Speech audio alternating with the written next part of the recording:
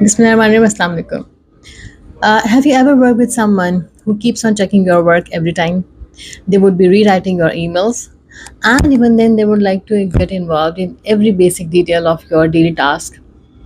And it is not happening only once or twice, but every time. That's not attention to detail. That's actually a major trait of a micromanager. So what happens that micromanagers actually struggle to let go because they have that kind of fear inside that if they are not involved in everything, something may go wrong, and they are not courageous enough to deal with that wrong. And that is why instead of empowering their teams, what they do, they even would like you to get your email checked with them before sending even the subject line of your email. So what's the result?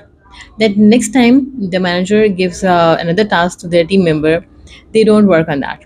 They would then keep waiting till the timeline comes, and on the day they would go to the manager because they know whatever the kind of work they would do, eventually it won't work, and their manager would redo it again.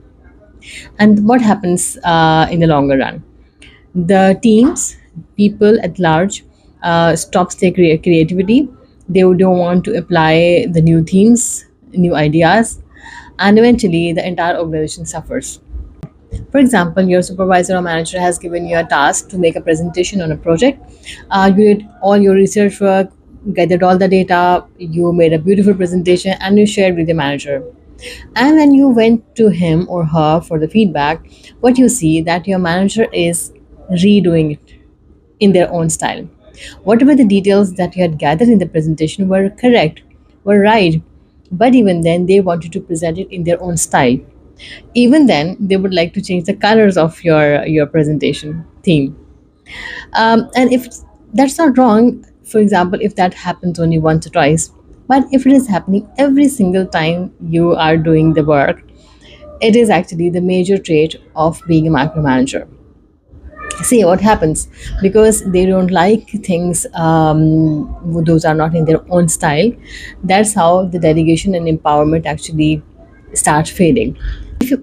So now, if you would like to figure out that the people or supervisor around you are great leaders or they are micromanagers, check this.